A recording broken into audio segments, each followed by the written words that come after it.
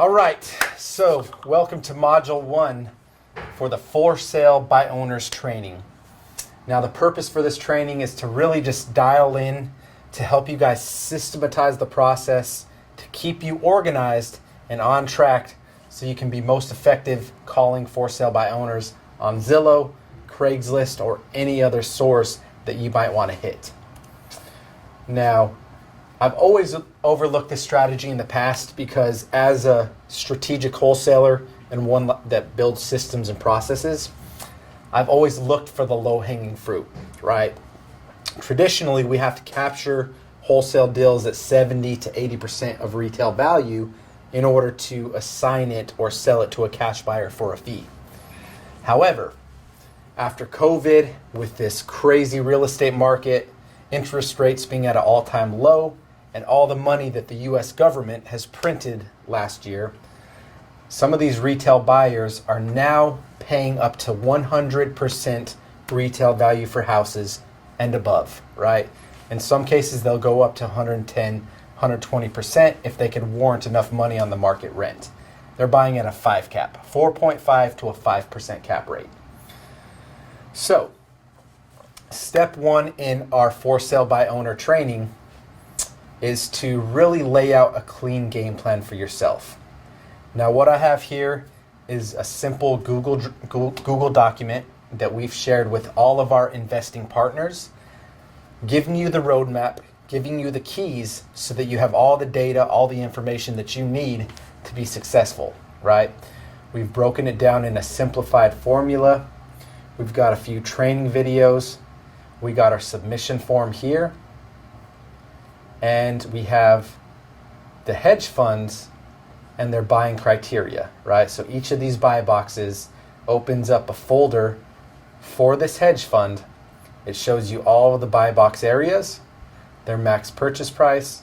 We have a zip code list and any other information you should need to know so you can move quickly and target the areas that you're working for in getting these deals, right? Same thing with the retail fund too. The cool thing about this fund is most of their markets, all with the exception of Miami, right? So Atlanta, Charlotte, Raleigh, Jacksonville, Tampa, Orlando, and Nashville, every single one of those markets are other retail hedge fund buys in as well. So what we've done internally is we've really overlapped the two and focused our marketing efforts in doubling down in the markets where both of these funds are active, because what we can do is submit properties, submit deals to each, and be able to entertain the highest and best offers, right? And again, our ultimate goal is to equip our partners to give you the tools, give you the roadmap, so that we can all be more successful. So let's start here. The deal submission link will take you to a shared Google form. Now for you systems people, if you're really looking to build a business, might be surprised, but you can build an entire business inside of the Google workspace. You can set up your systems, your processes. You can share your ideas with your team. I'll actually post a link above here going over some real in-depth, high-level processes and how you can construct a team. That video, probably over an hour long. It's something I shared with our elite mastermind. But that'll really dive in depth with that. For purposes of this training, we're going to really focus on just the structure and the framework. And then module 2, we'll go into actually calling the sellers, getting them on the phone. I'll go over our scripts. Now your calling script, think of it like an actor, right? An actor in a movie needs to memorize their script. They need to go over that script enough times until it becomes second nature, right? Now, of course, when you're cold calling, it's going to be uncomfortable at first. You're going to have to push yourself out of your comfort zone to get a complete stranger on the phone, talk to them, run through your process, let them know you're looking for houses to buy in the area, and see if you can negotiate a deal, right? It's not comfortable, but I'm here to tell you that great things happen at the edge of your comfort zone, right? So the quicker you can push yourself to that level of uncomfort, that's where you're going to experience results. So Retail hedge fund submission form. The purpose of this is making sure that our investment partners, those people that are working directly with us, sourcing deals, assigning massive assignment amounts to these funds, have exactly the information that we need, right? Nothing complicated. Of course, we need your name, email, and phone number. All of this gets sent to our internal database. Our in-house transaction coordinator and disposition specialist keeps everything organized. She communicates with every party from seller, attorneys, make sure that the funds got their financing, all their buyer docs. So everything is meticulous, it's processed, and the ultimate goal is to take the baton, right? So think about a sprinter, right? Think about the Olympic teams where they have the relay races. Every real estate is a team sport, right? We can achieve way more by building a team around the vision. Our ultimate vision is to equip you guys, right? Once you guys have the contract in hand, I think of it as a relay runner handing that baton off, right? And we're carrying that thing to the finish line so that we can maximize equity and get you more money for your assignments. Now, based in here, as we say, we're continuing to grow, right? And as we're improving our processes, as the hedge funds are adjusting their systems and processes, and in some cases we break the underwriting machine, right? Or the closing process might be a little bogged down. We obviously need to adjust accordingly, and we're making sure that our processes can best fit what they have going on. We have an internal pipeline review with our rep every single week where we can go over current deals we have in process. And this sheet helps us to keep organized and everything stays in one place, right?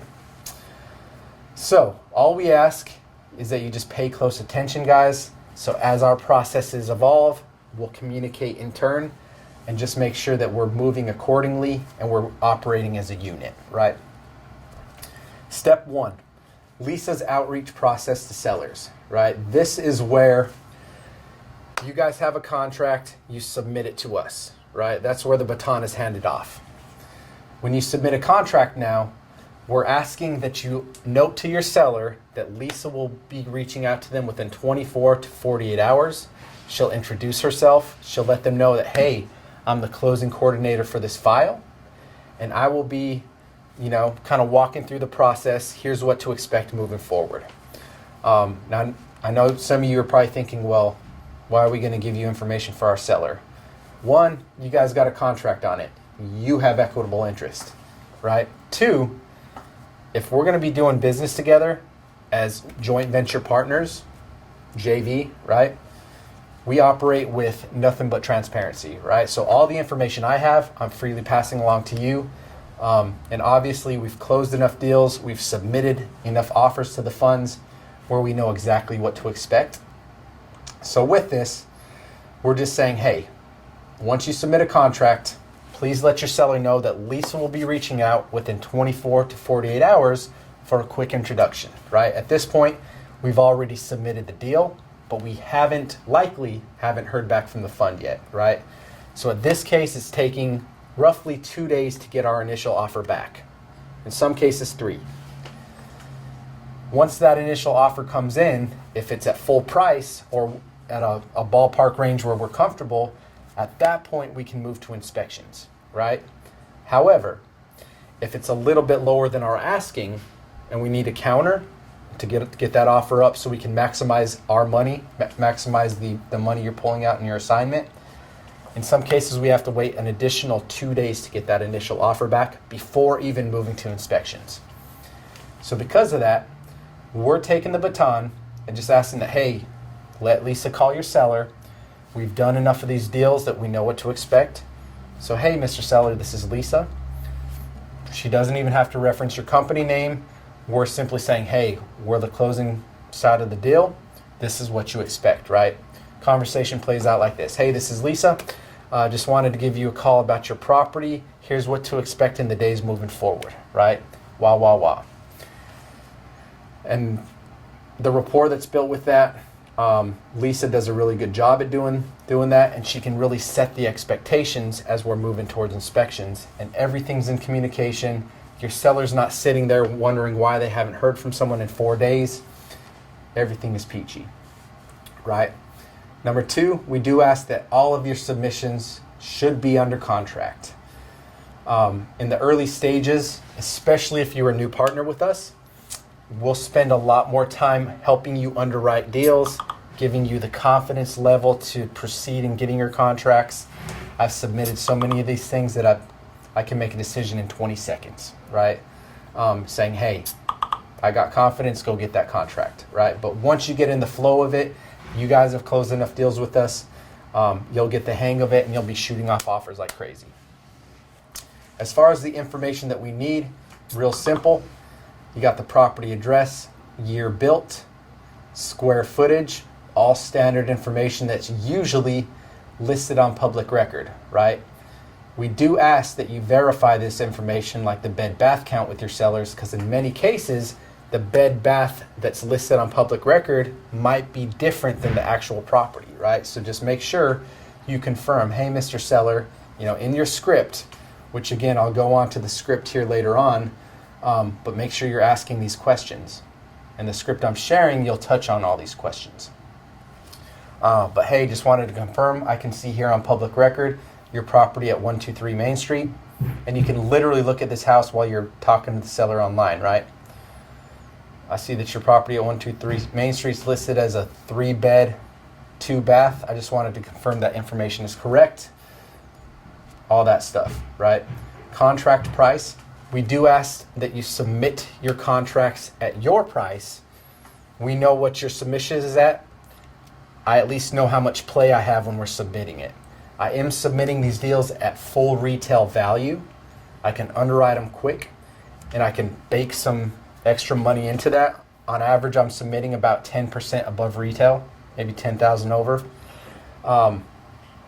So knowing your contract price when it comes to the initial offers is super important, because I know how much room I have to play, right? I know when the fund comes in and the offer's not quite where it needs to be, if I counter or if we accept an offer, I know how much wiggle room we have, and I'm going to make sure that we're pulling and maximizing the most amount of money that we can get for these deals.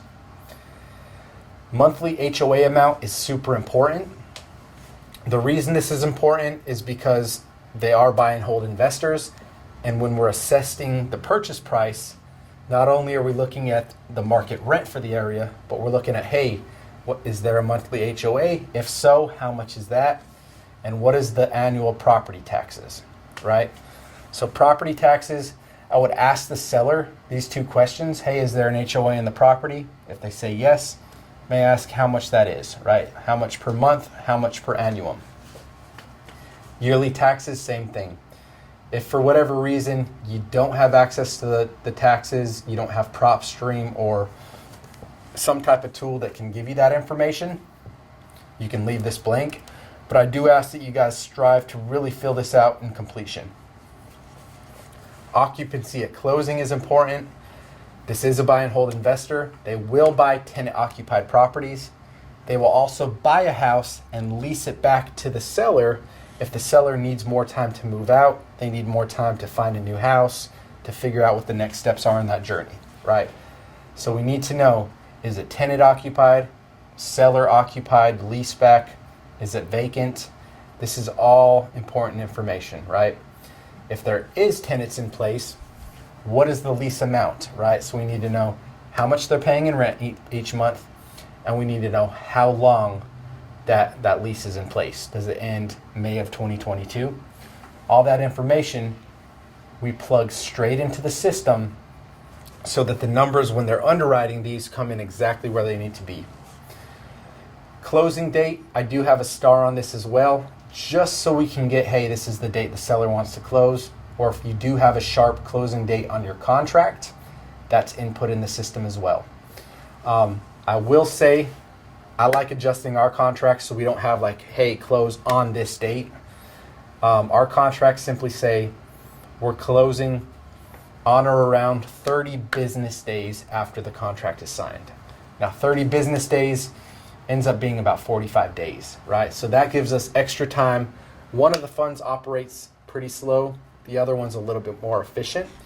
But if we are working for the fund that takes a little bit more time to underwrite, takes time to get the inspections done, to hear back on the inspections and then push to closing, we could be in 30 days, right? So the 30 business days gives us a little bit of wiggle room as far as getting the whole process done. But 9 times out of 10, we're closing less than 30, right? Some cases 2 weeks. Condition of the property, not hyper important, but we do need to know, is it in fair condition, good condition, or great condition? If you have a property in poor condition, probably not the best fit for this fund. They'll assume a low to a moderate rehab, right? So no full gut jobs, nothing with significant foundation issues or something that's down to studs. Turnkey properties would be preferable, but they will take on a project, right? So again, fair condition, good or great. And if you happen to know or gather the age of the roof, AC, and any major system, that's definitely helpful, so we can pass that along in the submission. Lastly, we got the inspection contact.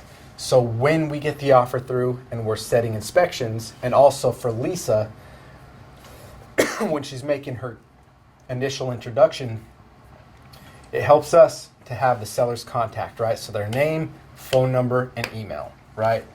Again, handing off the baton, Lisa can really take it from this point, introduce herself, and she sets the stage, sets expectations, and builds their trust, so they know that, hey, we didn't just sign a contract and no one's talking with us, but hey, they're actually pushing this along, and there's someone in the closing coordinator position who can explain what to expect moving forward. And then lastly, to seal up the file, we do ask that you attach the AB contract, right? So as soon as you got that signature on your initial purchase agreement, attaching it in the submission, we open up a file for each and every property, every submission that comes through. And this way we know, 1, you do have a contract on it before we submit it, but 2, that's already opened up in the file. So after we get the inspection reports back, we can push it along and get the assignment inked up and push it along to closing right away. Pictures of the property, if you happen to have a link, that's great. If not, I'm not too worried about it. I left this open because, again, all I really need to know is just the condition of the house. Any other information is just there to help underwrite the deal if necessary. But again, they're all going to be inspected, so that's not super, super important. So that sums up submitting your deals.